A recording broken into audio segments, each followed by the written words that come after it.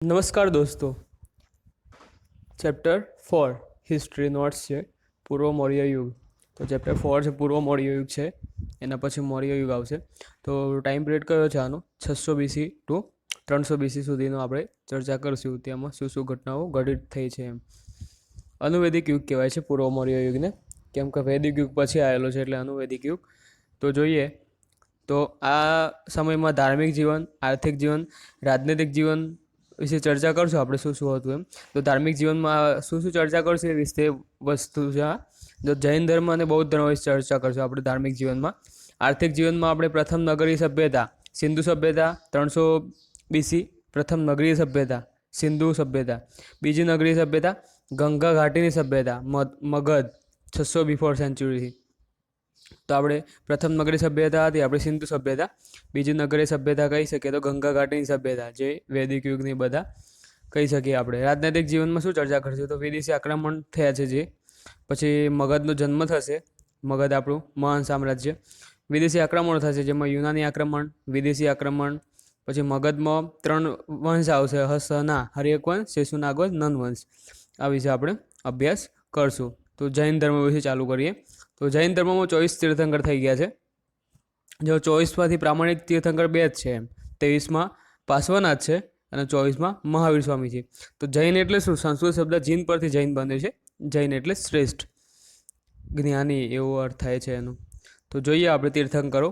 23માં પાર્શ્વનાથ, 24માં મહાવીર સ્વામી છે. બરાબર, ક્રમ જોઈએ તીર્થંકરો. આ છે કયા નંબરના તીર્થંકર થઈ ગયા, આગળ ક્રમ આપેલો છે, તીર્થંકરનું નામ આપેલું છે, એનું પ્રતિક ચિહ્ન યાદ રાખવાના છે. બરાબર, તો પહેલા ઋષભદેવ આદિનાથ, તેમનું પ્રતિક ચિહ્ન શું છે? વૃષભ અથવા સાંડ, નંદી, એમનું વૃષભદેવનું. વૃષભ એટલે વૃષભ, વૃષભ, વૃષભ.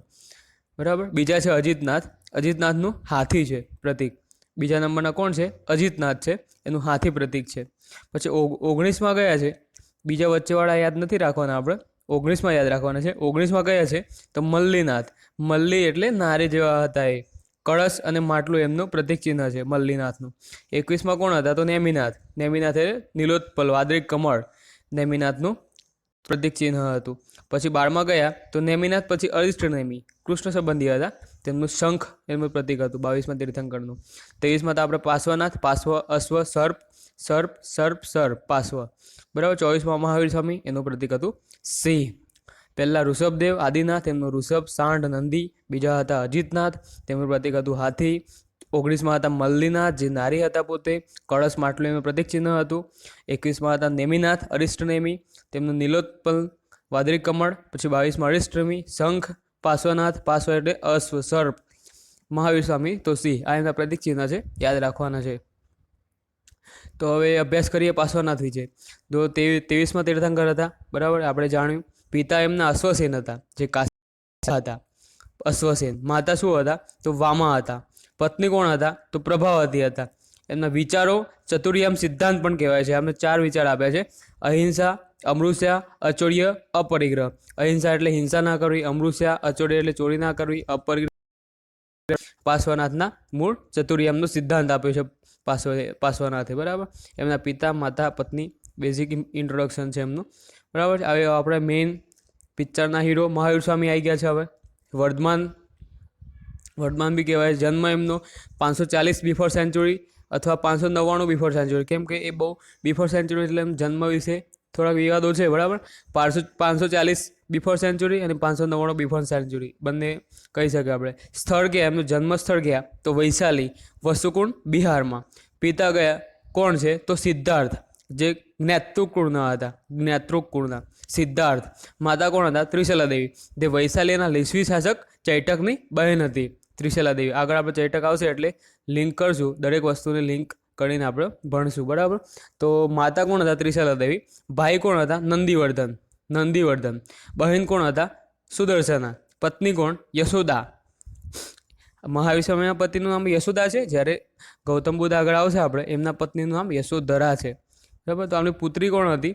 તો પ્રિયદર્શના, જેના લગ્ન જામાલી સાથે થયા હતા.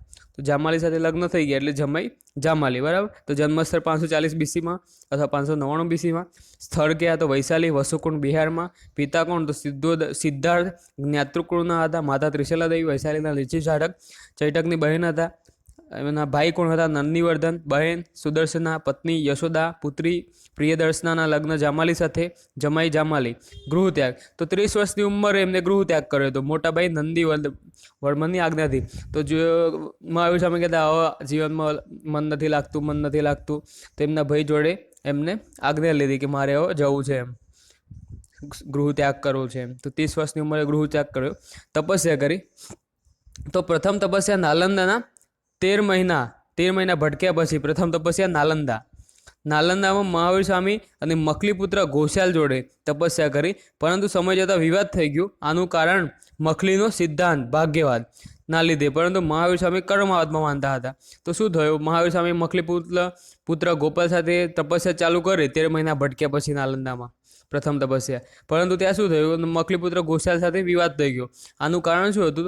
મખલીપુત્ર ઘોષાલ એવું કહેતા હતા ભાગ્યના જે લખ્યું એ થવાનું છે, જ્યારે મહાવીર સ્વામી કહેતા હતા ના, તમે કર્મ કરો એ વસ્તુ તમારે થવાની છે. તો બંને જોડે વિવાદ થઈ ગયો. તો મખલીપુત્ર ઘોષાલે પછી આજીવક સંપ્રદાયની સ્થાપના કરી. કયો સંપ્રદાય? આજીવક સંપ્રદાય. મખલીપુત્ર ઘોષાલ ઇમ્પોર્ટન્ટ વસ્તુ છે, યાદ રાખવાની છે. તો મખલીપુત્ર ઘોષાલનો મહાવીર સ્વામીનો વિવાદ થઈ ગયો, બરાબર. તો મખલીપુત્ર ઘોષાલે નવો આજીવક સંપ્રદાયની સ્થાપના કરી દીધી. સર્વશ્રેષ્ઠ જ્ઞાનની પ્રાપ્તિ. તો 42 વર્ષની ઉંમરે 12 વર્ષે એમને જ્ઞાન પ્રાપ્ત થાય છે, બરાબર. 30 વર્ષે નીકળી ગયા હતા ત્યારે 42 વર્ષની ઉંમર સુધી તપસ્યા કરી ત્યારે જ્ઞાનની પ્રાપ્તિ થઈ. એમને જ્ઞાન નથી મળ્યું. અમને જ્ઞાન પ્રાપ્તિ બાદ મહાવીર કહેવાયા. મહાવીર નામ પડ્યું પછી. અરહત એટલે યોગ્ય, નિર્ગ્રંથ બંધન રહિત, જીન તીર્થંકર એટલે ગ્રેટ લીડર કહેવાયા. અરહત, નિર્ગ્રંથ, જીન, તીર્થંકર આ બધા એમને નામ પડ્યા પછી, મહાન નામો. અને આ જ્ઞાનને કેવલ્ય જ્ઞાન કહેવામાં આવે. જ્ઞાન પ્રાપ્ત થયું અને કેવલ્ય જ્ઞાનની પ્રાપ્તિ કહેવાય છે. બિરુદું આપવામાં આવ્યું કેવલિન નામનું બિરુદું આપવામાં આવ્યું, જે સર્વોચ્ચ જ્ઞાનની પ્રાપ્તિ કરનાર કહેવાય કેવલિન એટલે. કયા સ્તરે જ્ઞાન પ્રાપ્ત થયું? તો જંબીગ્રામ બિહારના અંદર એમને જ્ઞાન પ્રાપ્ત થયું. નદી કઈ હતી? રુજુપાલિકા નદીના કિનારે. વૃક્ષ સાલના વૃક્ષ નીચે. આ બધી વસ્તુ ઇમ્પોર્ટન્ટ છે, એક વસ્તુ ઇમ્પોર્ટન્ટ છે. સાલના વૃક્ષ નીચે, રુજુપાલિકા નદીના કિનારે, જંબીગ્રામ બિહારમાં લોકેશન આપેલું છે. આ જગ્યાએ મહાવીર સ્વામી, જે આપણા શ્રેષ્ઠ જૈન ધર્મમાં માનવામાં આવે છે એમને, તો એમને આ રીતે જ્ઞાન પ્રાપ્ત થઈ છે, બરાબર. પ્રથમ ઉપદેશ. હવે જ્ઞાન પ્રાપ્ત થયું એટલે એમને પ્રથમ ઉપદેશ આપશે. સ્થળ કયો? તો રાજગૃહ, વર્તમાન બિહારમાં. કોને આપ્યો? મતલબ કોને આપ્યો એમ? તો પદ્માવતીને આપ્યો. મૃત્યુ 467 BC જૈન અનુસૂચિ પ્રમાણે 527 BC, બરાબર. તો 467 BC જૈન અનુસૂચિ પ્રમાણે 527 BC. એટલે આ વિવાદ છે. કઈ જગ્યાએ મૃત્યુ થયું? તો પાવા. મૃત્યુ 72 વર્ષની વયે પાવાપુરીમાં દિવાળીના દિવસે મૃત્યુ થઈ ગયું છે આમનું, બરાબર. મૃત્યુ 72 વર્ષની ઉંમર થઈ ગઈ પછી પાવાપુરીમાં પાવન થઈ ગયા દિવાળીના દિવસે. જૈન ધર્મના સિદ્ધાંતો જોઈએ આપણે. તો આ પ્રથમ ઉપદેશ જોયો. કઈ જગ્યાએ પ્રથમ ઉપદેશ આપ્યો? તો રાજગૃહમાં. આ બધું વસ્તુ યાદ રાખવાની. પદ્માવતીને આપ્યો તો. જૈન ધર્મના સિદ્ધાંતો જોઈએ હવે. મહાવ્રત, અણુવ્રત. તો મહાવ્રત કોના માટે છે? જૈન સાધ્વીઓ માટે છે, જે બહુ હાર્ડ હોય છે. જ્યારે અણુવ્રત કોણ હોય છે? જૈન ઉપાસકો, જે આપણે ભક્તિ કરવાવાળા હોય લોકો, એમને, જે મતલબ બહુ ઇઝી હોય છે, પેલું બહુ અઘરું હોય છે એમ. આ બંનેમાં સરખા ઉપદેશો છે. અહિંસા, અમૃષ્યા, અચૌર્ય, અપરિગ્રહ અને બ્રહ્મવત આમને ઉમેર્યું. બાકી પેલા જે પાર્શ્વનાથે આપ્યા હતા એ સિદ્ધાંતો છે. અહિંસા, અમૃષ્યા, અચૌર્ય, અપરિગ્રહ અને બ્રહ્મઅર્થ. અહિંસા એટલે હિંસા નહીં કરવી. અમૃષ્યા એટલે હંમેશા સત્ય જ બોલવું. અચૌર્ય એટલે ચોરી નહીં કરવી. અપરિગ્રહ એટલે ધનનો સંગ્રહ નહીં કરવો, અપરિગ્રહ. બ્રહ્મઅર્થ વિવાહ, એક પત્ની તો વિવાહમાં માનતા હતા. તો આમને અપરિગ્રહ વસ્તુ ઇમ્પોર્ટન્ટ છે, કેમ કે તમે સંગ્રહ કરશો તો બીજાને એનો ફાયદો નહીં થઈ શકે એમ. એના માટે આમને જૈન ધર્મમાં આ સિદ્ધાંતો આપે. એટલે જૈન ધર્મના અનુયાયી જે હોય એ લોકો એકદમ સંગ્રહ વગર નીકળી જતા હોય છે તપસ્યા કરવા માટે. હવે 2 જૈન સભાઓ ભરાયેલી છે, એ સભાઓ વિશે ચર્ચા કરીએ. જૈન સભાઓ. જૈન ધર્મમાં વિવાદ પછી મહાવીર સ્વામીના મૃત્યુના 200 વર્ષ બાદ મગધમાં અકાલ પડી ગયો. મહાવીર સ્વામી મૃત્યુ પામે એના 200 વર્ષ પછી. તો ભદ્રબાહુ અને સ્થૂલીબાહુ વચ્ચે વિવાદ થઈ ગયો અને આના કારણે સમાપ્ત કરવા સભા કરવી પડી હતી. ભદ્રબાહુ અને સ્થૂલીભદ્ર. તો કેવું હતું આમાં? તો સ્થૂલીભદ્ર તે આપણા ઇન્ડિયામાં, ઉત્તર પ્રદેશના બિહારમાં ત્યાં રોકાયા. ત્યારે ભદ્રબાહુ, ત્યારે અકાલ પડ્યો એટલે ત્યારે ભદ્રબાહુ દક્ષિણમાં આપણે શ્રીલંકા બાજુ ગયા. બરાબર. તો ફરવા ગયા તો આ લોકો શ્વેતાંબર અને દિગંબર મતલબ જે નિર્વસ્ત્ર હોય એ દિગંબર, જ્યારે શ્વેતાંબર શ્વેત કપડાં પહેરતા હોય. ત્યારે આ લોકો શું થયું, ભદ્રબાહુ દક્ષિણમાં ગયા એટલે પહેલાં સ્થૂલીભદ્ર ત્યાં હતા, એમને સમય જતાં પરિવર્તન લાયા, એમ કપડાં પહેરવા લાગ્યા એટલે એ શ્વેતાંબર કહેવાય. જ્યારે આ ભદ્રબાહુને બધા એ અલગ ફાંટો પડી ગયો, એ દિગંબર કહેવાય. એ પરિવર્તન ના માને એમ, એમના એમ જ રહે એમ પહેલાં જેવા જ એમની માન્યતા પ્રમાણે. પ્રથમ સભા તો પાટલીપુત્રમાં ભરાઈ 300 BC-માં, મગધ પાટનગર. બરાબર. પાટલીપુત્ર 300 BC-માં મગધના પાટનગરમાં, મગધનું પાટનગર હતું પાટલીપુત્ર. આપણે મૌર્ય યુગમાં જોશું. શાસક ચંદ્રગુપ્ત મૌર્ય છે, વંશ મૌર્ય વંશ છે, અધ્યક્ષ સ્થૂલબાહુ છે. આ સભામાં જૈન ધર્મના ભાગલા પડી ગયા. દિગંબર એટલે રૂઢિવાદી, એકદમ રૂઢિ, અને શ્વેતાંબર એટલે પરિવર્તનવાદી. બરાબર. આપણે કીધું એમ ભદ્રબાહુ દક્ષિણમાં ગયા એટલે, અને પેલા જ્યાં સ્થૂલીભદ્ર એટલે સ્થૂલ એટલે એકદમ સ્ટોપ ત્યાં રહ્યા હતા બિહારના અંદર જ, એ લોકો પરિવર્તન પામી ગયા એમ. તો પ્રથમ સભા ઇમ્પોર્ટન્ટ છે. પાટલીપુત્રમાં 300 બિફોર સેન્ચુરીમાં, મગધના પાટનગરમાં. મગધનું પાટનગર એ વખતે મૌર્ય વંશ હતો, ચંદ્રગુપ્ત મૌર્યનો રાજા હતો, અધ્યક્ષ સ્થૂલીબાહુ હતા. એના આ સભાના અધ્યક્ષ કરવા પડે ને, સ્થૂલીબાહુ હતા. આ સભામાં જૈન ધર્મમાં ભાગલા પડી ગયા, રૂઢિવાદી અને પરિવર્તનવાદી, દિગંબર શ્વેતાંબર. દક્ષિણ ભારતમાં પ્રચારક જૈન ધર્મ ભદ્રબાહુ. તો દક્ષિણ ભારતમાં જૈન ધર્મ પ્રચાર કોણે કર્યો હતો, તો ભદ્રબાહુ, કેમ કે એ દક્ષિણમાં ગયા હતા. બરાબર. અકાલ પડ્યો ત્યારે. તો આ પ્રથમ સભા વિશે ચર્ચા કરીએ આપણે. હવે જૈન ધર્મની બીજી સભા વિશે ચર્ચા કરીએ. તો સ્થળ વલ્લભી, વલ્લભી એટલે આપણા ભાવનગર 512 AD-માં. વંશ ગુપ્ત વંશ કેન્દ્રમાં હતો, મતલબ આપણા જેમ સેન્ટર સ્ટેટ હોય છે એમ એ વખતે સેન્ટરમાં ગુપ્ત વંશ કેન્દ્રમાં હતો. અને ગુજરાતમાં મૈત્રક વંશ હતો, જે ધ્રુવસેન પ્રથમનું રાજ હતું. કોનું? ધ્રુવસેન પ્રથમનું મૈત્રક વંશ. અધ્યક્ષ કોણ હતા, તો દિવાદી ક્ષમાશ્રમણ. આ અધ્યક્ષ હતા સભાના, દિવાદી ક્ષમાશ્રમણ. મહત્વ શું છે આ સભાનું? જૈન સાહિત્યનું સંકલન અંતિમ સ્વરૂપમાં કરવામાં આવ્યું. જૈન સાહિત્ય જે બધું લખાયું સંકલન અંતિમ સ્વરૂપમાં કરવામાં આવ્યું. જૈન સાહિત્યને સંયુક્ત શબ્દમાં આગમ કહેવાયું. જેમ ત્રિપિટક છે એ બૌદ્ધ ધર્મમાં કહેવામાં આવશે, જ્યારે જૈન ધર્મમાં આગમ કહેવામાં આવ્યું. પ્રાચીન સાહિત્ય કહેવામાં આવે છે આગમ. આગમ પ્રાકૃત ભાષામાં રચાયેલું છે, અર્ધમાગની. પ્રાકૃત ભાષામાં આગમની રચના પ્રાકૃત ભાષામાં થયેલી છે, અર્ધમાગની. મહાવીર પ્રાકૃત ભાષામાં ઉપદેશ આપે છે, અર્ધમાગનીમાં. જ્યારે બૌદ્ધે પાલી ભાષામાં, એ રીતે મહાવીર સ્વામીએ પ્રાકૃત ભાષામાં ઉપદેશ આપે છે. આગમ પ્રાકૃત ભાષા, મતલબ પ્રાકૃત ભાષા મહાવીર સ્વામી બોલતા હોય તો એમાં જ આગમની રચના થાય. બરાબર. તો આગમમાં શું છે, તો 14 પૂર્વો, 12 અંગ, 12 ઉપાંગ, 6 to 10 પ્રકીર્ણ છે, 6 છેદ સૂત્ર છે અને 4 મૂળ સૂત્ર છે. આ જૈન સાહિત્યનો આગમનો એક ગ્રંથ છે પ્રખ્યાત. એમાં આ વસ્તુ લખેલી છે. 14 પૂર્વો લખેલા છે, 12 અંગ છે, 12 ઉપાંગ છે, 6 થી 10 પ્રકીર્ણ છે, 6 છેદ સૂત્ર છે અને 4 મૂળ સૂત્ર છે. 12 અંગ જૈન સાહિત્યના પ્રાચીન ગ્રંથ છે, 12 અંગ. તો બરાબર. 12 અંગમાં જોઈએ આપણે, સર્વ પ્રાચીન જૈન ગ્રંથ છે 12 અંગ. ભાગ તેના: 1 આચરણ સૂત્ર, 2 નયા ધમકા સૂત્ર, 3 ઉપાસક દર્શાવો, 4 ભગવતી સૂત્ર. તો આ 4 ભાગ છે એના 12 અંગના. કયા? આચરણ સૂત્ર, નયા ધમકા સૂત્ર, ઉપાસક દર્શાવો અને ભગવતી સૂત્ર.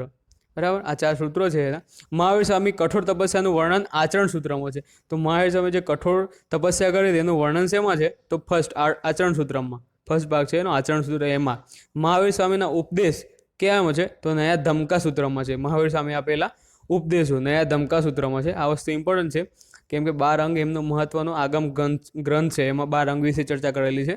એના 4 અંગ છે, જેમાં મહાવીર સ્વામીની કઠોર તપસ્યાનું વર્ણન છે આચરણ સૂત્રમાં. મહાવીર સ્વામીનો ઉપદેશ નયા ધમકા સૂત્રમાં છે. 10 જૈન વેપારીની તપસ્યા ઉપાસક દર્શાવવામાં છે. 10 જૈન વેપારી હશે એમની તપસ્યાનું વર્ણન ઉપાસક દર્શાવવામાં છે. જ્યારે ભગવતી સૂત્રમાં શું છે, તો મહાવીર સ્વામીનું જીવન ચરિત્ર છે. અને 16 મહાજનપદો, આપણે ચર્ચા કરીશું મગધ પછી 16 મહાજનપદોનો, એના વિશે ભગવતી સૂત્રમાં ઉલ્લેખ છે. બરાબર. તો આ 4 ભાગ છે એના 12 અંગના. નોંધ: તો આચરણ સૂત્ર, કઠોર તપસ્યા મહાવીર સ્વામી, નયા ધમકા સૂત્ર એ છે ઉપર જોઈએ. નયા ધમકા સૂત્રમાં શું છે, તો ઉપદેશ છે મહાવીર સ્વામીના. ઉપાસક દર્શાવવામાં 10 જૈન ધર્મ વેપારીની તપસ્યા છે. ભગવતી સૂત્રમાં મહાવીરનું જીવન ચરિત્ર છે. 16 મહાજનપદનું વર્ણન છે. બહુ ઇમ્પોર્ટન્ટ છે આ વસ્તુ. 12 અંગ. તેનો આગમ પવિત્ર ગ્રંથ છે, પ્રાકૃત ભાષામાં રચાયેલો છે, અર્ધમાગનીમાં. બરાબર. 2 જૈન સભાઓની વાત કરીએ આપણે. હવે બૌદ્ધ ધર્મ જોઈએ. જૈન ધર્મ અને બૌદ્ધ ધર્મ કમ્પેરિઝન કરીને યાદ રાખવાનું ટ્રાય કરવાનું. હું તમને કમ્પેરિઝન કરાવું છું. બરાબર. તો બૌદ્ધ ધર્મનું પહેલાં સ્લોગન શું છે? બહુજન હિતાય બહુજન સુખાય. બહુજન હિતાય બહુજન સુખાય. સ્થાપના ભગવાન બુદ્ધે કરી છે. બરાબર. તો બુદ્ધ વિશે અભ્યાસ કરીએ આપણે. બુદ્ધને સિદ્ધાર્થ કહેવામાં આવે છે. જ્યારે મહાવીર સ્વામીને વર્ધમાન કહેવામાં આવે છે. શાક્ય મુનિ, શાક્ય કુળના હતા એટલે શાક્ય મુનિ કહેવામાં આવે છે. એક સ્ટોરી છે, એમાં શું થાય છે કે બૌદ્ધ ધર્મમાં ગૌતમ બુદ્ધ હોય છે, બહુ રાજાના છોકરા હોય છે, બહુ મહાન રાજાના, શુદ્ધોધનના, બરાબર. એમના પિતા શુદ્ધોધન મહાન રાજા હોય છે. તો ગૌતમ બુદ્ધને બહુ મોજ શોખવાળા વાતાવરણમાં રાખે છે બરાબરના. પણ ગૌતમ બુદ્ધ તો પહેલાં જ જન્મેલા એવી રીતે, મતલબ પહેલાં અમુક જ્ઞાન પ્રાપ્ત થયેલું જ હશે એમને. તો એ કે પપ્પા મન નથી લાગતું, મન નથી લાગતું એમ.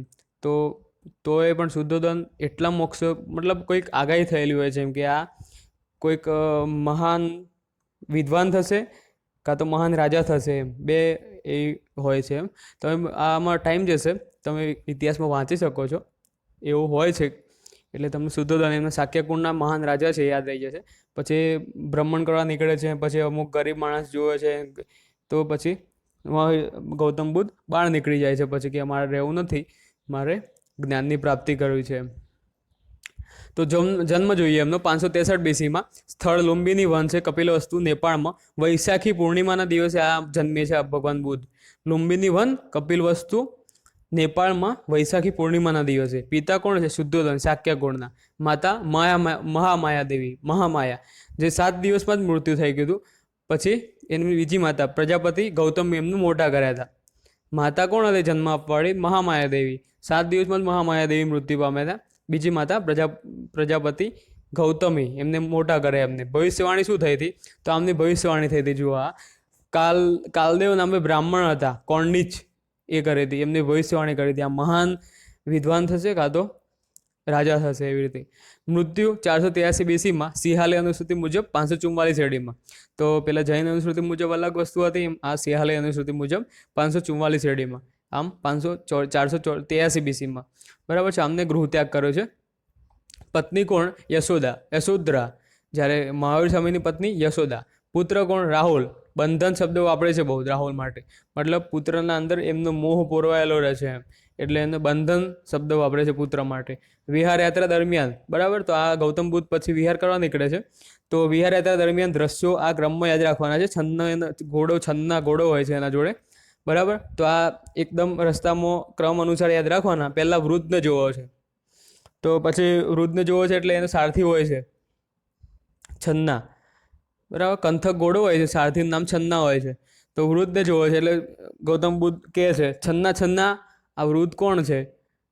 આ કોણ છે એમ? તો છન્ના કહે છે આ વૃદ્ધ છે એમ, આ એના જીવનના અંતિમ અવસ્થામાં છે. પછી એક રોગી માણસને જોવો છે, ત્યારે પાછા પૂછે, છન્ના આ કોણ છે? તો છન્ના કે આ રોગી માણસ છે, એને રોગ થયેલો છે એમ. પછી આગળ મૃતકને જોવો છે, છન્ના આ શું છે? તો છન્ના કહે છે, બાપુ ભગવાન આ જ જીવનનું સત્ય છે, આપણે છેલ્લે મૃત્યુ પામવાના છીએ એમ. પછી તે આગળ જાય છે, ત્યાં સંતના દર્શન થાય છે. એકદમ પ્રફુલ્લિત અવસ્થામાં સંત જતો હોય છે, ત્યાં ગૌતમ બુદ્ધ ખુશ થઈ જાય કે છન્ના આ એકદમ શાઇનિંગ વાળો માણસ કોણ છે? એકદમ વર્ડ વાપરીએ ને આપણે, એકદમ તેજસ્વી માણસ કોણ છે? તો છન્ના કહે છે, બાપુ એ સંત છે, એમને સંસારનો ત્યાગ કરેલો છે, એ સંત છે. તો પછી ગૌતમ બુદ્ધને એવું થાય કે આ સંતનું એ વસ્તુ બરાબર છે. તો ગૃહ ત્યાગ સમયે સાથી છન્ના અને કંથક ઘોડો હતા, બરાબર. એ રીતે ક્રમમાં દ્રશ્યો યાદ રાખવાના. પહેલાં વૃદ્ધને જોવો છે, પછી રોગી માણસને જોવો છે, પછી મૃતકને જોવો, પછી છેલ્લે સંતના દર્શન થાય છે એમને. ગૃહ ત્યાગ સમયે સાથી છન્ના અને કંથક ઘોડો હતા. 29 વર્ષની વયે ગૃહ ત્યાગ કરે છે. આ ઘટનાને મહાભિનિષ્ક્રમણ કહેવાય છે. 29 વર્ષની વયે, જ્યારે મહાવીર સ્વામી એમના કરતાં 1 વર્ષ મોટા હતા ત્યારે ત્યાગ કર્યો, 30 વર્ષની ઉંમરે, બરાબર. હવે તપસ્યા કરશે. પેલા નાલંદા જોડે તપસ્યા ચાલુ કરી હતી મહાવીર સ્વામી. આપણા આ સ્થળ જોઈએ,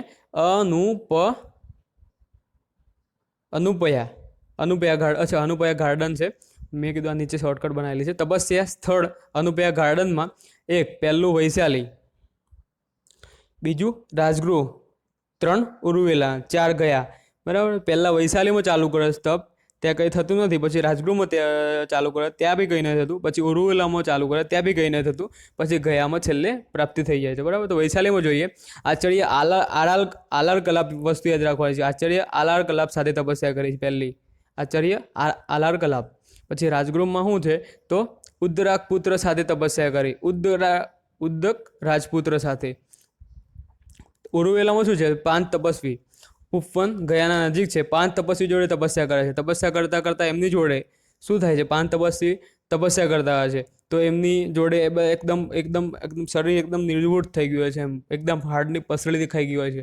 તો સુજાતા નામની એક છોકરી આવે છે, એમને મહાવીર સ્વામીને ખીર ખવડાવવા આવે છે. તો મહાવીર સ્વામી છે એ એની ખીર ખાઈ લે છે. એટલે પેલા બીજા હોય છે એ બીજા નારાજ થઈ જાય કે તમે કેમ ખીર ખાધી, એમ આપણે તપસ્યામાં બેઠા છીએ, બરાબર. તો એવું બધું થાય છે, વિવાદ થઈ જાય છે. બીજા 5 વારાણસીથી સારનાથ જતા રહે છે. પછી ત્યાંથી ઉરુવેલાથી ઊભા થઈને ત્યાં વારાણસી સારનાથમાં જતા રહે છે. બીજા 5 જણા હોય છે, જે બીજા 4 જણા છે મહાવીર સ્વામી સિવાય, આપણા ગૌતમ બુદ્ધ સિવાય, બરાબર. તો પછી છેલ્લે આ ખીર ખાઈ લે છે, બરાબર, ધરાઈને પછી ગયામાં જાય છે. ત્યાં ગયામાં એમને જ્ઞાનની પ્રાપ્તિ થઈ જાય છે, સર્વોચ્ચ જ્ઞાન. તો 7મા વર્ષે જ્ઞાનની પ્રાપ્તિ થાય છે એમને, 35 વર્ષની ઉંમરે, સમય 35 વર્ષ. અને આને સંબોધિ કહેવાય છે. આ જે જ્ઞાનની પ્રાપ્તિ કરે છે ગૌતમ બુદ્ધ, એને સંબોધિ કહેવાય છે. 7મા વર્ષે સમાધિના 8મા દિવસે, આમ 7મા વર્ષે, પણ એનું સમાધિ લીધી એના 8મા વર્ષે. વૃક્ષ કયું? તો પીપળાના વૃક્ષ નીચે, વટ વૃક્ષ નીચે. જ્યારે આપણે પહેલાં મહાવીર સ્વામી કયા વૃક્ષ નીચે છે?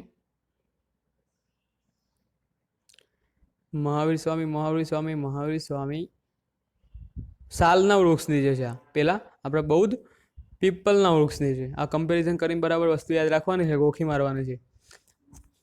બોધિ વૃક્ષ કાપનાર શશાંક, જે હર્ષનો દુશ્મન કહેવાય છે, એને કાપીને ગંગામાં નાખી દીધું હતું બોધિ વૃક્ષને, શશાંક. પછી અશોક ગુસ્સે ભરાય છે, હવે આ ગયો એમ કરીને પછી શશાંકને મારી નાખે છે. જ્ઞાનની પ્રાપ્તિ બાદ બુદ્ધ કહેવાય. તે સ્થળે બૌદ્ધ ગયા કહેવાય છે. જ્યાં અમને જ્ઞાનની પ્રાપ્તિ થઈ છે ત્યાં બૌદ્ધ ગયા કહેવાય છે. નદી કઈ? નિરંજના નદીના કિનારે, બરાબર. આ બેઝિક વસ્તુ છે, વસ્તુ યાદ રાખવાની છે. એક નાની નાની વસ્તુ છે એટલે થોડોક ટાઈમ લાગશે, પણ યાદ રહી જશે તમને શ્યોર. એટલે બોધિ વૃક્ષ કાપનાર શશાંક હર્ષનો દુશ્મન હતો. અશોકનો નહીં, હર્ષનો દુશ્મન હતો. પછી હર્ષ એને મારે છે. ગોંડ વંશનો રાજા હોય છે આ શશાંક. આગળ આવશે, આપણે જોઈએ. પ્રથમ ઉપદેશ છે હવે તો સ્થળ વારાણસીમાં સારનાથ ઋષિ પત્તનમ વૃંદાવનમાં મૃગદાનમાં, બરાબર. એટલે પેલા ઉરુવેલામાં જે 5 સ્થળ જે જતા રહ્યા એમ આમનાથી નારાજ થઈને સુજાતા નામની છોકરી ખીર ખવડાય, એટલે એ લોકોને જ ઉપદેશ આપે છે ગૌતમ બુદ્ધ. એટલે કોને? તો ઉરુવેલાના 5 બ્રાહ્મણ મિત્રોને પાલી ભાષામાં, બરાબર. પ્રથમ ઉપદેશની ઘટના પ્રથમ ધર્મચક્ર પરિવર્તન કહેવાય છે. પ્રથમ ઉપદેશ આપે છે ને પ્રથમ ધર્મચક્ર પરિવર્તન, નવો ધર્મ ચાલુ થશે. બૌદ્ધનું મૃત્યુ શું કહેવાય છે? મહાપરિનિર્વાણ કહેવાય છે. બૌદ્ધ બીમાર પડી ગયા હતા બૌદ્ધ પાવામાં. ચૂંદ લુહાને ત્યાં અતિસાર થવાથી મૃત્યુ થઈ જાય છે, બરાબર. ચૂંદ લુહાને ત્યાં એમને તાવ આવી જાય છે, અતિસાર થઈ જાય છે, એટલે બીમાર પડી ગયા, પછી પાવામાં મૃત્યુ થઈ જાય છે. આમ કુશીનગરમાં, ગોરખપુરમાં, યુપી. તો પાવામાં બરાબર છે, પણ પાવામાં મૃત્યુ નહીં થતું, અતિસાર થવાથી એ કુશીનગરમાં ચાલ્યા જાય છે. પછી કુશીનગરમાં મૃત્યુ થાય છે, જ્યારે આપણા મહાવીર સ્વામીનું પાવામાં મૃત્યુ થાય છે. બૌદ્ધના અંગોને 8 ભાગમાં વિભાજિત કરી રાજવંશો વચ્ચે તે લોટો એમ 9 સ્તૂપ, બરાબર. તો શું છે? તો મહાવીર સ્વામીના બધા અંગો જે હાડકાં એ બધું વધે છેલ્લે એ 8 લોટામાં વિભાજિત કરી નાખે છે, 8. અને છેલ્લે તે લોટો વધે છે એમાં બીજો એક સ્તૂપ, એટલે 8 ભાગ અને એક લોટો, એ 9 સ્તૂપ બનાવે છે પછી. એટલે બૌદ્ધના 9 સ્તૂપો આવેલા છે અંદર, ઇન્ડિયાના અંદર, બરાબર. 9 સ્તૂપના યાદ તમારે રાખી લેવાના, કલ્ચરના બુકમાં જોઈ, બરાબર. એ બી ઇમ્પોર્ટન્ટ છે.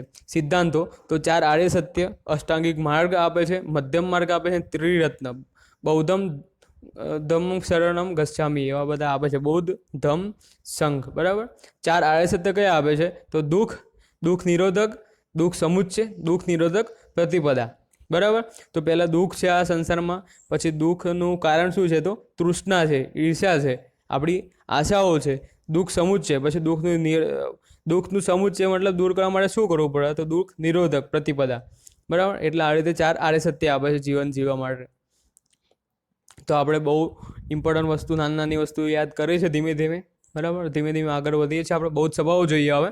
તો પહેલાંમાં 2 બૌદ્ધ સભાઓ જૈન સભાઓ ભરાઈ હતી, આમાં 4 બૌદ્ધ સભાઓ છે.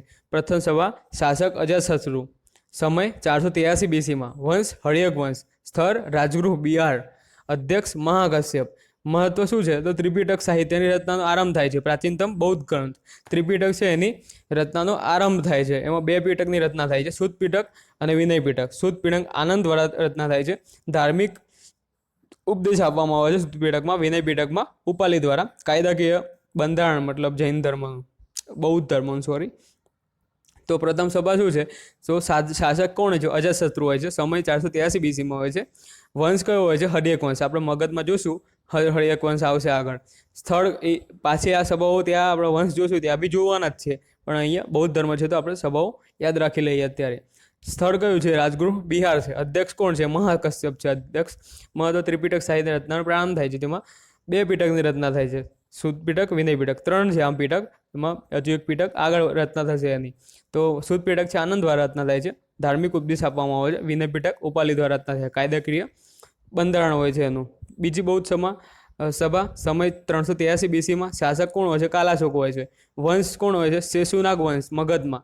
સ્થળ વૈશાલી બિહાર. અધ્યક્ષ સાવક મીર હોય છે. મહત્વ બૌદ્ધ ધર્મ આંશિક રૂપમાં ભાગલા પડે છે, બરાબર. આના બી ભાગલા પડે છે બીજી બૌદ્ધ સભામાં. થેરવાદી અને મહાસાંઘિક. થેરવાદી એટલે પાછા એ રૂઢિવાદી, પેલા મહાસાંઘિક એટલે પરિવર્તનવાદી.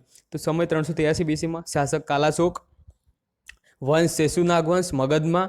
તો આમાં હર્યક વંશ આવશે, પછી શેષુનાગ વંશ પાછો આવશે મગધમાં બીજા નંબરનો, એ જ અને બીજી બૌદ્ધ સભામાં હોય છે. સ્થળ વૈશાલી બિહારમાં. અધ્યક્ષ સાવક મીર હોય છે આના અધ્યક્ષ. મહત્વ બૌદ્ધ ધર્મના આંશિક રૂપમાં ભાગલા પડે, થેરવાદી અને રૂઢિવાદી, બરાબર. ધીમી રહીને યાદ કરી લેવાનું બધું. ત્રીજી બૌદ્ધ સભા છે 252 બીસીમાં ભરાય છે. શાસક આપણા સમ્રાટ અશોક હોય છે. વંશ મૌર્ય વંશ હોય છે. સ્થળ પાટલીપુત્ર બિહાર હોય છે, પટના. અધ્યક્ષ મોગલીપુત્ર તિસ્ય દ્વારા. મહત્વ શું છે તો ત્રિપિટક સાહિત્યની રચના પૂર્ણ થઈ જાય. ત્રીજો પિટક અહીંયા અભિધમ પિટક ની રચના થાય છે, જે દર્શનશાસ્ત્ર છે. રચના મોગલીપુત્ર તિસ્ય દ્વારા, જે અધ્યક્ષ છે એના દ્વારા રચના થાય છે, મોગલીપુત્ર તિસ્ય દ્વારા. પ્રથમવાર બૌદ્ધ ધર્મના પ્રચાર માટે શિષ્યોને વિદેશમાં મોકલવામાં આવે છે ત્રીજી બૌદ્ધ સભામાં પ્રથમ વખત. નોટ શું છે? શ્રીલંકામાં બૌદ્ધ સભાના પ્રચાર માટે અશોકના પુત્ર પુત્રી મહેન્દ્ર અને સંઘમિત્રાને મોકલવામાં આવ્યા ત્રીજી બૌદ્ધ સભા પછી, બરાબર. તો ત્રીજી બૌદ્ધ સભાનું મહત્વ થોડું ઘણું રહે છે. 252 બીસીમાં ભરાઈ હતી. શાસક અશોક હતો, મૌર્ય વંશ હતો. સ્થળ પાટલીપુત્ર બિહાર. અધ્યક્ષ મોગલીપુત્ર તિસ્ય. મહત્વ શું છે? ત્રિપિટક સાહિત્યની રચના પૂર્ણ થઈ જાય છે. ત્રીજું પિટક અભિધમ પિટક રચના થાય છે, દર્શનશાસ્ત્ર છે. રચના મોગલીપુત્ર તિસ્ય દ્વારા. પ્રથમવાર બૌદ્ધ ધર્મના પ્રચાર માટે શિષ્યોને વિદેશ મોકલવામાં આવે છે. શ્રીલંકામાં બૌદ્ધ ધર્મ પ્રચાર માટે અશોક અને એના પુત્ર પુત્રી મહેન્દ્ર અને સંઘમિત્ર મોકલવામાં આવે શ્રીલંકામાં. ચોથી બૌદ્ધ સભા છે હવે તો 1000 એડીમાં 100 એડીમાં ભરાય છે. શાસક કોણ હોય છે? કનિષ્ક પ્રથમ આવે છે આપણો, કનિષ્ક સમ્રાટ કનિષ્ક. વંશ કયો હોય છે? કુષાણ વંશ હોય છે. સ્થળ કે કાશ્મીરના કુંડલવનમાં. અધ્યક્ષ કોણ હોય છે? વાસુમિત્ર. અને ઉપાધ્યક્ષ બી હતા અશ્વઘોષ. મહત્વના બૌદ્ધ ધર્મના સ્પષ્ટ ભાગલા પડી જાય છે, હીનયાન અને મહાયાન, બરાબર. ત્યાં આંશિક રૂપમાં ભાગલા પડ્યા હતા બીજી બૌદ્ધ સભામાં, થેરવાદી અને મહાસાંઘિક. જ્યારે ચોથી બૌદ્ધ સભામાં એકદમ સ્પષ્ટ ભાગલા પડી હીનયાન અને મહાને. હીનયાન એટલે રૂઢિવાદી, સમ્રાટ અશોક દ્વારા પ્રોત્સાહન અપાયું હતું હીનયાનને, રૂઢિવાદીને. અને પાલી ભાષાના લોકો વળગી રહ્યા હતા એમ. જ્યારે મહાયાન શું છે? પરિવર્તનવાદી છે. તેમાં કનિષ્ક પ્રથમ દ્વારા મહત્વ આપવામાં આવ્યું હતું, પ્રોત્સાહન. પ્રચાર આમાં નોર્થ ઇસ્ટમાં પ્રચાર કર્યો હતો આને. કનિષ્ક આપણો ઉત્તર દક્ષિણમાં જ હતો. 7મી સદીમાં ભાગલા પડે છે. નવી શાખાનું નામ વ્રજયાન, બરાબર. તંત્ર મંત્ર જાદુ પૂજા, તારાદેવી પૂજા કરવા લાગે છે, બરાબર આ લોકો. એટલે મહત્વના છે. ચોથી બૌદ્ધ સભા 100 એડીમાં ભરાઈ હતી. કનિષ્ક પ્રથમ એનો શાસક હતો. વંશ કુષાણ વંશ હતો. સ્થળ કાશ્મીરમાં કુંડલવન. અધ્યક્ષ વાસુમિત્ર. ઉપાધ્યક્ષ અશોક ઘોષ. મહત્વ શું છે? બૌદ્ધ ધર્મના સ્પષ્ટ ભાગલા પડી ગયા, હીનયાન મહાયાન. હીનયાન એટલે પાલી ભાષા, મહાયાન સંસ્કૃત ભાષા. કેમ કે આપણો અશોક પાલી ભાષા અને જાણે કનિષ્ક છે સંસ્કૃત ભાષા, બરાબર. વિદેશી આક્રમણ જોઈએ હવે તો આપણે બૌદ્ધ ધર્મ વિશે મહત્વની અભ્યાસ કરી લીધો છે. 4 બૌદ્ધ સભા અને ગૌતમ બુદ્ધ વિશે કંઠસ્થ કરી લેવાનું બધું. નાની નાની વસ્તુ જે આપેલી છે આપણે ચર્ચા કરી થોડી ઘણી વસ્તુ, બરાબર છે. તો હવે વિદેશી આક્રમણ થશે. તો કયા આક્રમણ? ઈરાની અને યુનાની. તો ઈરાની આક્રમણ છે સૌપ્રથમ. આકમની અથવા હાકમની રાજવંશ. કયો રાજવંશ હોય છે ઈરાનનો? આકમની અથવા હાકમની. ભારત પર પ્રથમ વિદેશી આક્રમણ છે આ ઈરાની આક્રમણ. સ્થાપક આ વંશનો કોણ છે? તો સિરસ પ્રથમ. સિરસ પ્રથમ દ્વારા આ રાજવંશની સ્થાપના થયેલી છે, પરંતુ આ આક્રમણ અસફળ થઈ ગયું છે, બરાબર. તો સિરસ પ્રથમનું આક્રમણ જે થયું હતું પહેલું ઈરાની, એ અસફળ થઈ જાય છે. પછી દારા પ્રથમ, જે પેલા 300 વાળા હતા એ લોકો છે, આ દારા પ્રથમ, ડેરેસ પ્રથમ દ્વારા પ્રથમ સફળ આક્રમણ 517 બીસીમાં. આ લાઈન ગોખી નાખવાની. દારા પ્રથમ, ડેરેસ પ્રથમ દ્વારા પ્રથમ સફળ આક્રમણ થાય છે 517 બીસીમાં. સ્કાયલેક્સ સ્કાયલેક્સ દ્વારા સિંધુ માર્ગની શોધ કરી હતી ભારત આવવા માટે, સિંધુ નદી ક્રોસ કરવા માટે, બરાબર. તો સ્કાયલેક્સે સિંધુ જળમાર્ગની સૌપ્રથમ શોધ કરી હતી. નૌસેના યતિદાસ પ્રથમના, નૌસેના દારા પ્રથમ, ઓકે, દારા પ્રથમ છે. નૌસેનાની દારા પ્રથમની જે સેના હતી એના દ્વારા સ્કાયલેક્સ સંપૂર્ણ ભારતને નાના નાના ભાગમાં વહેંચીને વહીવટ કર્યો. ક્ષત્રપ શાસનની શરૂઆત ઈરાન આક્રમણ પછી ક્ષત્રપ આવી જશે. શિલાલેખ કોતરવાનું કામ ચાલુ થાય છે. શિલાલેખમાં આવું કેવું કે આપણે ઈરાનથી કોપી કરાય સમ્રાટ અશોક એવું બી કહેવાય છે અહીંયા આના લીધે. દારા પ્રથમ દ્વારા શિલાલેખ કોતરવાનું સૌ પ્રથમ ચાલુ કર્યું હતું. અશોક કોપી કરે આવવાનું કહેવાય છે, બરાબર. આ લાઈન થોડીક વસ્તુ યાદ રાખવાની. ઈરાની લિપિ, અરમાઇક લિપિ, બરાબર, ખરોષ્ઠી લિપિ, એટલે આ રાઈટ ટુ લેફ્ટ લખાય છે. ઈરાની લિપિ, અરમાઇક લિપિ ઈરાનની લિપિ છે. તો ઈરાની આક્રમણ જોઈએ આપણે. આકમની અથવા હાકમની રાજવંશ હતો. ભારત પર પ્રથમ વિદેશી આક્રમણ કહેવાય છે. સ્થાપક આ વંશ તો સિરસ પ્રથમ દ્વારા પ્રથમ આક્રમણ થાય છે, પરંતુ તે અસફળ થઈ જાય છે. પછી દારા પ્રથમ, ડેરેસ પ્રથમ 300 વાળો દ્વારા પ્રથમ સફળ આક્રમણ થાય છે 517 BC-માં. સ્કાયલેક્સ સિંધુ જળમાર્ગની શોધ કરે છે, બરાબર. પછી ક્ષત્રપકાર શાસનની શરૂઆત થાય. સંપૂર્ણ ભારત છે અત્યારે જે સંગઠિત ભારત છે નાના નાના ટુકડાઓમાં વિભાજિત થઈ જશે. શિલાલેખ કોતરવાનું ચાલુ થશે. દારા પ્રથમ દ્વારા શિલાલેખ કોતરવાનું સૌ પ્રથમ ચાલુ કર્યું. કોણે? દારા પ્રથમ દ્વારા. સૌ પ્રથમ શિલાલેખ કોણે કોતરવાનું ચાલુ કર્યું? તો દારા પ્રથમે, બરાબર. હવે યુનાની આક્રમણ છે. આ ઈરાની આક્રમણ હતું, હવે યુનાની આક્રમણ છે. યુનાની આક્રમણમાં સિકંદર, એલેક્ઝાન્ડર, એનો જન્મ મકદુનિયા અથવા યુનાનના વર્તમાન મેસિડોનમાં થયેલો છે. પિતા ફિલિપ બીજો છે, એનો માતા ઓલિમ્પિયાસ છે, ગુરુ અરસ્તુ છે, એરિસ્ટોટલ, ઘોડો બુકે ફાઉઝા. સિકંદરનો ઘોડો નામ શું છે? તો બુકે ફાઉઝા. 20 વર્ષમાં યુનાની રાજા થઈ ગયો હતો. 20 વર્ષમાં. સિકંદર એટલે ગ્રેટ લીડર એમ. The Alexander. તો જન્મ મકદુનિયા, યુનાનમાં વર્તમાન મેસિડોન, યુનાની હતો. પિતા ફિલિપ બીજો, માતા ઓલિમ્પિયાસ, ગુરુ અરસ્તુ, એરિસ્ટોટલ, ઘોડો બુકે ફાઉઝા. 20 વર્ષમાં યુનાની રાજા. આપણે રિવિઝન માટે ભણીએ છીએ એટલે આપણે સીધું યાદ રાખીએ છીએ. બાકી એનું ઘણું બધું સમજાવવાનું હોય છે આમાં. એ આવે છે 20 વર્ષ, બહુ ગ્રેટ લીડર હોય છે સિકંદર, બરાબર. સિકંદર સેના સાથે ભારત આવનાર વિદ્વાન AAN એવી રીતે યાદ રાખવાનું. આર્ને સિક્રેટસ, એરિસ્ટોબુલસ અને નિરેકસ, આ 3 સિદ્ધાંત વિદ્વાન સિકંદર. કોઈ બી રાજા હોય એ પોતાના વિદ્વાન લઈને આવો, પછી અહીંયા કોર્ટમાં મૂકે. એ લોકો સંસ્કૃતિના આદાન પ્રદાન કરતા હોય છે. આવું ઇન્ડિયન હિસ્ટ્રીમાં વારંવાર થયા કરશે. તો આર્ને સિક્રેટસ છે એને કંઈ કર્યું નથી. એરિસ્ટોબુલસ છે એને હિસ્ટોરિયન બુક લખી છે, world of history, war of history historian લખી છે. એરિસ્ટોબુલસે વોર ઓફ હિસ્ટ્રી મતલબ જે યુદ્ધ થયા છે વોર ઓફ હિસ્ટ્રી એ એરિસ્ટોબુલસે લખ્યા છે. નિરેકસ સિંધુ માર્ગની શોધ કરી હતી પહેલાં આગળ. અને દારા પ્રથમના સ્કાયલેક્સ દ્વારા શોધ કરી હતી, જ્યારે સિકંદરના નિરેકસે શોધ કરી હતી. ભારત પર સિકંદરનું આક્રમણ જોઈએ હોય તો સમય 326 BC-માં.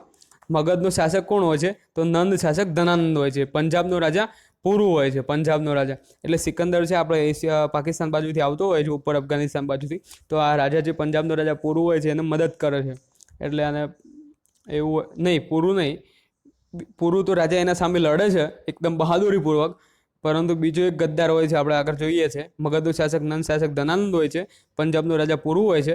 તક્ષશિલા, ગાંધારનો શાસક આંબી, આજે આંબી છે અભિસાર, પોતાની સેના લઈને સિકંદર સાથે સંધિ કરે છે. પ્રથમ ગદ્દાર કહેવાય છે આને, આંબીને. તક્ષશિલાનો ગાંધાર ક્ષેત્રનો રાજા હોય છે, એટલે એ સિકંદર જોડે જાય છે અને પુરુ વિશે જણાવી દે છે એને. એટલે ગદ્દાર કહેવાય, પ્રથમ ગદ્દાર કહેવાય છે એને, આંબીને, કેમ કે સિકંદર સાથે મળી જાય છે. ભારત પર આક્રમણનો બીજો ગદ્દાર શશિગુપ્ત હતો, બરાબર. બીજો ગદ્દાર કહેતો શશિગુપ્ત કહેવાય છે. એ શશિગુપ્ત આગળ આવશે, આપણે જોઈએ છે. પૂર્વ સિકંદરનું યુદ્ધ થાય છે જેલમ કિનારે. યુનાનીમાં હાઇડેસ્પીડનું યુદ્ધ કહેવામાં આવે છે અને પુરુની હાર, સિકંદરને જીત થાય છે. પણ આમાં પુરુ એટલી બહાદુરીપૂર્વક લડ્યા હતા આમાં, એમને પોતાના સિકંદરે એમને પછી છોડી મૂક્યા હતા, એવું કંઈક થાય છે એમ. યુનાનીમાં હાઇડેસ્પીડનું યુદ્ધ કહેવામાં આવે છે. પુરુની હાર, સિકંદરે જીત. ઈરાનના બેબીલોનમાં સુસા નામના સ્થળે મૃત્યુ સિકંદરનું અને દફન નાઇન નદીના કિનારે. મતલબ આ 3 ખંડોમાં એનો જન્મ થાય છે. મકદુનિયા, યુનાનમાં થાય છે એનો જન્મ, મકદુનિયામાં. જ્યારે એનું મૃત્યુ છે બેબીલોનમાં સુસા નામના સ્થળે થાય છે. અને સિકંદર દફન ક્યાં કરવામાં આવે છે? દક્ષિણ આફ્રિકા, નાઇલ નદીમાં, બરાબર. તો આ સિકંદરનું પ્રથમ યુદ્ધ છે, આપણે જોયું. 326 BC-માં ભારત પર સિકંદરનું આક્રમણ જે યુનાની હતું, અને ઈરાનીમાં દારા પ્રથમે આપણે વિદેશી આક્રમણ કર્યું હતું. ઈરાની યુનાની 2 વિદેશી આક્રમણ થઈ ગયા છે, બરાબર, જે બૌદ્ધ ધર્મ પછી. તો જોઈએ મગધનો જન્મ થશે હવે 1000 BC થી 600 BC માં. તો મગધની શું પરિસ્થિતિ હતી? તો મગધ આવી રીતે નાનો મગધ હતો એક, એ ધીમે ધીમે વિકસતું હતું. આ બધું સમાંતર ચાલશે, કેમ કે ગૌતમ બુદ્ધ, મહાવીર સ્વામી આ બધા અને જે મગધનો જન્મ છે એ પણ 1000 BC to 600 BC છે. ટાઈમ લાઈન બહુ ઇમ્પોર્ટન્ટ છે, કેમ કે એ લોકો ઉત્તરમાં થોડાક હતા, ઉત્તર પ્રદેશની બાજુ, જ્યારે મગધ છે એ બિહાર બાજુ હશે. બરાબર. તો આ જોઈ લે મગધનો વિકાસ કઈ રીતે થાય છે. પ્રથમ stage, second stage, third stage. તો પ્રથમમાં શું હતું? તો આટલા બધા વિભાજિત હતો આપણો દેશ. અર્ધમાર્ગની ભાષા બોલનાર મગધ, બરાબર, અર્ધમાર્ગની ભાષા બોલતો હતો. ભારત નાના નાના કબીલાઓમાં વિભાજિત હતો, જેને જન કહેવાતા. ભારત એકદમ નાના નાના કબીલાઓમાં વિભાજિત હતો, જેને જન કહેવાતા. એકદમ નાના નાના ગામ હોય ને એવી રીતે. તો મગધ ધીમે ધીમે મોટો થાય છે એમ. તો જમીન માટે લડવા લાગ્યા, હજારો કબીલાઓમાં વિભાજિત જન, બરાબર.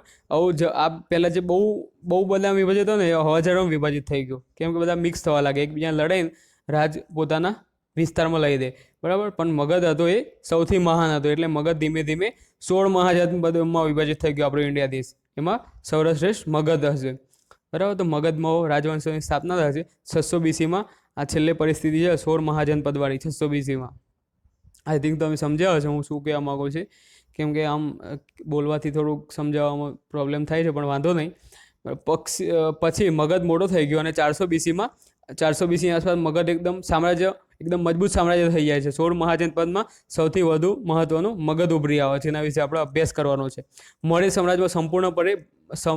સામ્રાજ્યમાં સંપૂર્ણ ભારત પર મગધનું રાજ થયું, બરાબર. તો મગધ સૌથી શ્રેષ્ઠ થઈ ગયું, બધા 16 મહાજનપદ ઉપર રાજ્ય કરશે. મગધનો જન્મ તો હસના યાદ રાખવાનું, મગધ એવો જન્મ થાય છે મગધનો, તો કોઈ બી પ્લેસ હોય એનો જન્મ થાય તો એમાં રાજવંશો આવશે. હવે તો હસના યાદ રાખવાનું, હર્યક વંશ, શેષુનાગ વંશ, નદ વંશ. હવે આપણે એકદમ હિસ્ટ્રી ચાલુ થાય છે. તો મગધ વંશના ક્રમમાં યાદ રાખવાના છે, હર્યક વંશ, શેષુનાગ વંશ, નંદ વંશ. તો આપણે પહેલાં હર્યક વંશ વિશે અભ્યાસ કરીએ. તો મહત્વના રાજા કોણ છે હર્યક વંશમાં? બિંબિસાર, અજાતશત્રુ, ઉદયન, નાગદર્શક અને છેલ્લે દર્શક. તો આ 5 રાજાઓ છે એના. તો જોઈએ આપણે. બિંબિસાર છે, બિંદુસાર નથી, બિંબિસાર છે. બિંદુસાર આપણા મૌર્ય વંશમાં આવશે, બિંદુસાર. આ બિંબિસાર છે, મગધનો સ્થાપક કહેવાય છે. બિંબિસારને ઇમ્પોર્ટન્ટ રાજા છે બિંબિસાર, મગધનો સ્થાપક. બુદ્ધનો સમકાલીન કહેવાય છે. બુદ્ધ હશે એ વખતે આ બિંબિસાર હશે, એમ આ મગધમાં ચાલતું હશે બધું. રાજવેદ કોણ હોય છે? જીવક. બુદ્ધ બીમાર હતા ત્યારે આમ દવા કરી હતી, બરાબર. જીવક જે રાજ્યવેદ છે બિંબિસારના, એમને દવા કરી. તક્ષશિલામાં શિક્ષણ લીધું જીવકે, બરાબર. તક્ષશિલા વિદ્યાપીઠ બી હતી, એનો બી ઇતિહાસ છે. તો હત્યા પુત્ર અજાતશત્રુ દ્વારા. આ વંશ પિતૃહંતા વંશ પણ કહેવાય છે, કેમ કે આ બધા એક રાજાઓએ પોતાના પિતાની હત્યા કરીને રાજવંશ મેળવવાનો ટ્રાય કરશે. તો બરાબર, બિંદુસાર છે, મગધનો સ્થાપક કહેવાય છે, બુદ્ધનો કહેવાય છે. અને રાજવેદ જીવક હતા. તેનો બુદ્ધ બીમાર હતા, જ્યારે અતિસાર થઈ ગયો હતો એમને, ત્યારે પાવામાં, ત્યારે એમની દવા કરીએ છીએ. પછી કુશીનારા મોકલી દીધા હશે અને સેવા કરો એમ. અજાતશત્રુ, તો અજાતશત્રુ પિતાનો હત્યારો કહેવાય છે આને, બરાબર. પોતાના પિતા બિંબિસારને હત્યા કરી દે છે. 483 BC માં બુદ્ધનું મહાપરિનિર્વાણ થઈ ગયા છે. 483 BC માં જ રાજગૃહમાં પ્રથમ બૌદ્ધસભા આપણે જોઈએ, પ્રથમ બૌદ્ધસભા ભરાય છે અજાતશત્રુના શાસનકાળમાં. એ અહીંયા છે. વૈશાલીના લીચ્છી શાસક ચૈટક સાથે સંઘર્ષ, બરાબર. વૈશાલીના લીચ્છી શાસક ચૈટક હતા, જે આપણા જે મહાવીર સ્વામી એના લગ્ન થઈ ગયા હતા એમને એની છોકરી જોડે. એ વૈશાલીના લીચ્છી શાસક ચૈટક સાથે સંઘર્ષ થાય છે. 16 વર્ષ સુધી સંઘર્ષ ચાલે છે અજાતશત્રુનો, બરાબર. ભગવાન બુદ્ધના માર્ગદર્શનથી વૈશાલી પર વિજય. ભગવાન બુદ્ધ માર્ગદર્શન આપે છે આને અજાતશત્રુને. તો એનાથી શું થાય છે? તો વૈશાલી પર વિજય મેળવી લે છે, પોતાનું સામ્રાજ્ય એકદમ વાઇડ કરશે અજાતશત્રુ દ્વારા. પ્રાચીન ભારતમાં સૌપ્રથમ કિલ્લાબંધી રાજગૃહમાં કરવામાં આવી હતી. પ્રાચીન ભારતમાં સૌપ્રથમ કિલ્લાબંધી ક્યાં કરવામાં આવી હતી? રાજગૃહમાં. તેના પુત્ર ઉદયન દ્વારા હત્યા થાય છે, કેમ કે આને એના પિતાની કરે તો એનો પુત્ર એની કરી લે છે. તો પુત્ર ઉદયન દ્વારા હત્યા થાય છે. રાજગૃહ રાજધાની હતી અજાતશત્રુની, બરાબર. આની રાજધાની બી રાજગૃહ હતી. તો આમાં રાજધાની મેન યાદ રાખવાની, એના બહુ કોનું સમકાલીન છે થોડું ઘણું યાદ રાખવાનું, અને શું વસ્તુ કરે છે બધું ઇમ્પોર્ટન્ટ લખેલું છે અહીંયા.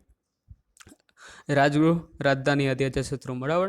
તો હવે શું છે? ઉદયન આવે છે. તો જે જૈન ધર્મી છે, ઉદયન જૈન ધર્મી છે. રાજધાની પાટલીપુત્ર કુસુમપુરા. તો આની રાજગૃહ રાજધાની હતી, હવે આ રાજધાની બદલી નાખી છે, પાટલીપુત્ર લઈ ગયો છે ઉદયન છે. મેપ, હિસ્ટ્રીના મેપ હોય છે, મેપ તમે ઘરે લઈ શકો છો, એનાથી તમને આ બધું યાદ કરવામાં બહુ હેલ્પફુલ થશે એમ. રાજધાની પાટલીપુત્ર કુસુમપુરા, બિહાર. 600 BC થી છેક 600 AD સુધી રહે છે. હવે પાટલીપુત્ર થઈ ગઈ તો 600 BC, અત્યારથી લઈ, પહેલી રાજગૃહ હતી, હવે પાટલીપુત્ર જ રહે છે. અત્યારથી લઈ છેક 600 BC 600 AD આવે ને ત્યાં સુધી ચિંતા નહીં કરવાની, પાટલીપુત્ર જ લખી દેવાનું. નાગદર્શક દ્વારા હત્યા થાય છે. દર્શક આ વંશનો છેલ્લો રાજા હોય છે, તેને સેનાપતિ શેષુનાગ હોય છે. શેષુનાગ આવશે હવે રાજામાં, શેષુનાગ વંશની સ્થાપના થશે હવે. તો પહેલો હર્યક વંશ જોયો આપણે, બિંબિસાર, અજાતશત્રુ, ઉદયન, નાગદર્શક, દર્શક એવા રાજાઓ થઈ ગયા છે. હવે બીજો શેષુનાગ વંશ આવશે. તો શેષુનાગ વંશ છે તો બે રાજા થઈ જાય, શેષુનાગ અને કાલાશોક. શેષુનાગ વંશમાં બે મહત્વ હોય છે, પણ મહત્વના રાજા વિશે આપણે સ્ટડી કરવાનું છે. શેષુનાગ વંશ આ વંશનો સ્થાપક કહેવાય છે શેષુનાગ, એક લાઈન યાદ રાખવાની, શેષુનાગ વંશનો સ્થાપક શેષુનાગ. કાલાશોક ઉપનામ કા કોણ હોય છે, કાલાશોકનું ઉપનામ. બીજી બૌદ્ધ સભાનું આયોજન વલભીમાં કાલાશોકના કાર્યક્રમમાં થાય છે. રાજધાની પાટલીપુત્રની કાયમી રાજધાની બનાવી મગધની, બરાબર. તો રાજધાની પાટલીપુત્રની કાયમી રાજધાની બનાવે છે કાલાશોક, કે કોઈ રાજધાની ખસેડતા નહીં વારંવાર, કે મજા નથી આવતી એમ અહીંયાથી ત્યાં ત્યાં ફરવામાં, એટલે કાલાશોક કહે છે આપણે પરમેનન્ટ રાજધાની આ જ છે. હવે છેલ્લે નંદ વંશ આવે છે. તો શેષુનાગ વંશ આપણે જોયો, હવે નંદ વંશ છેલ્લો. તો પૂર્વ મૌર્ય યુગનો અંતિમ રાજવંશ કહેવાય છે. પૂર્વ મૌર્ય યુગ હવે ખતમ થઈ જશે, હવે નહોતું અનુવેદિક યુગમાં. તો શુદ્ર વંશ હોય, આને શુદ્ર વંશ બી કહેવાય છે. ભારતનો પ્રથમ શુદ્ર વંશ કહેવાય છે. શુદ્ર હતું આ જાતિએ. સિકંદરનું આક્રમણ થયું ત્યારે નંદ વંશનું રાજ્ય હતું. સ્થાપક મહાપદ્મનંદ, બિરુદ એકરાટનું બિરુદ લીધું છે આને. સ્થાપક એક લાઈનમાં સ્થાપક યાદ રાખો ને, મહાપદ્મનંદ નંદ વંશનું સ્થાપક છે. બિરુદ એકરાટનું બિરુદ લીધું છે. આગળ બિરુદો યાદ રાખવા પડશે બધા. એકરાટનું બિરુદ લીધું છે, એટલે જ આપણે આ નોટ્સમાં શોર્ટકટમાં જઈએ છીએ, કેમ કે છેલ્લે હિસ્ટ્રીમાં રિવિઝન માટે કામ લાગી જાય. તમે ડિટેલમાં વાંચો હોય એટલે આ વસ્તુ તમને એકદમ ઇઝી લાગશે. અત્યારે તમે ભલે હાર્ડ લાગતી હોય, તમે એક બે વાર વિડીયો જોશો, એક બે વાર બુક વાંચો એટલે તમને સાવ ઇઝી થઈ જશે બધું. ધનાનંદ છે હવે છેલ્લો રાજા. સ્થાપક મહાપદ્મનંદ યાદ રાખવાનો છે નંદવંશનું. હવે નંદવંશમાં શું થાય, છેલ્લે ધનાનંદ હોય છે. ધન અને આનંદ, એનું નામ જ છે ધન અને આનંદ. તે સીધો મોહમાયામાં પડી રહેલો હોય છે. આ બાજુ મહેફિલ જામેલી હોય ને એવી રીતે. તો સિકંદરનું સમકાલીન છે તક્ષશિલા શિક્ષણ કેન્દ્ર આચાર્ય કૌટિલ્ય હતા આ વખતે. એટલે શું હોય છે, કૌટિલ્ય છે ને આને કહેવા આવે છે કે ભાઈ હવે આ સિકંદરનું આક્રમણ થાય છે આ બાજુથી, તો આ ધનાનંદ શું કહે છે, અપુન કો ગયા, અપુન કો કુછ નહીં. એટલે હસી નાખે છે, કૌટિલ્યને અપમાન કરી નાખે છે. એટલે કૌટિલ્ય છે અપમાન સહન કરી લે છે. પછી શું કરે છે, તો ચંદ્રગુપ્ત મૌર્યને તૈયાર કરે છે રાજા, અને આને ધનાનંદને ધનનો નંદ કરી નાખે છે. કળના રૂપમાં ધન લેનાર કહેવાય ધનાનંદ. અંતિમ શાસક છે નંદવંશનો ધનાનંદ. હવે ધન અને આનંદ કૌટિલ્ય ચંદ્રગુપ્ત મૌર્યને કે ટ્રેનિંગ આપશે. ચંદ્રગુપ્ત મૌર્ય ધન અને આનંદનો ધનાનંદ કરી દેશે, બરાબર. સિકંદરનું આક્રમણ થાય જેમ કૌટિલ્ય કહેવા આવે છે, એટલે આ મજાક કરે છે આ ભાઈ. તો આપણે આટલા સુધી સ્ટડી કર્યું, એટલે તો તમે સમજી શક્યા છો કે આપણે 600 BC ટુ 300 BC સુધી અભ્યાસ કર્યો. તેના સમકાલીન આ વસ્તુ વિઝ્યુલાઇઝ કરવાની 600 BC ટુ 300 BCમાં. હવે આપણો મૌર્ય યુગ આવશે 327માં, બરાબર. તો ધાર્મિક જીવન જોયું આપણે, જૈન ધર્મ, બૌદ્ધ ધર્મ. આ સમયગાળામાં ધાર્મિક જીવન શું હતું, તો જૈન ધર્મ અને બૌદ્ધ ધર્મ બંને ધર્મોનો વિકાસ થાય છે. આર્થિક જીવનમાં શું છે, તો પ્રથમ નગરીય સભ્યતા સિંધુ સભ્યતા હતી, બીજી નગરીય સભ્યતા ગંગા ઘાટીની સભ્યતા, એટલે વૈદિક સંસ્કૃતિ. તો આપણે પહેલાં સિંધુ નદીના કિનારે વસતા હતા, પછી એમનો નાશ થઈ ગયો સિંધુ ખીણની સંસ્કૃતિનો. પછી વૈદિક યુગ આવ્યો, એટલે વૈદિક યુગ આપણા ઉત્તર પ્રદેશના આજુબાજુ વૈદિક યુગ, બિહાર અને એ બાજુ ફેલાશે, બરાબર. પછી રાજનૈતિક જીવનમાં શું છે, તો વિદેશી આક્રમણ થાય છે. ઈરાની આક્રમણ જોયા આપણે. યુનાનીમાં સિરસ જોયો, સિરસ ફેલ થઈ ગયો હતો, દારા પ્રથમ જોયો, બરાબર. એના પછી યુનાની જોયા, સેલ્યુકસ નિકેટર. એક જ વસ્તુ યાદ રાખવાની, સેલ્યુકસ નિકેટર, યુનાની આક્રમણ. પછી મગધમાં આપણું હર્ષના 3 વંશ સ્થાપક થાય છે. મગધ એકદમ બધા નાના ટુકડામાં વિભાજિત હોય છે, પછી ધીમે ધીમે બધા લડાઈ ઝઘડા કરીને રાજા બનતા જાય મગધ સર્વશ્રેષ્ઠ બની જાય છે. તેમાં હર્ષના હર્યક વંશ, શેષુનાગ વંશ, નદવંશ એવા 3 વંશો આવે છે, બરાબર. તમને હેરાર્કી મુજબ તમે જઈ રહ્યા છો, બરાબર. સમજવાનું ટ્રાય કરવાનું. Okay, thank you.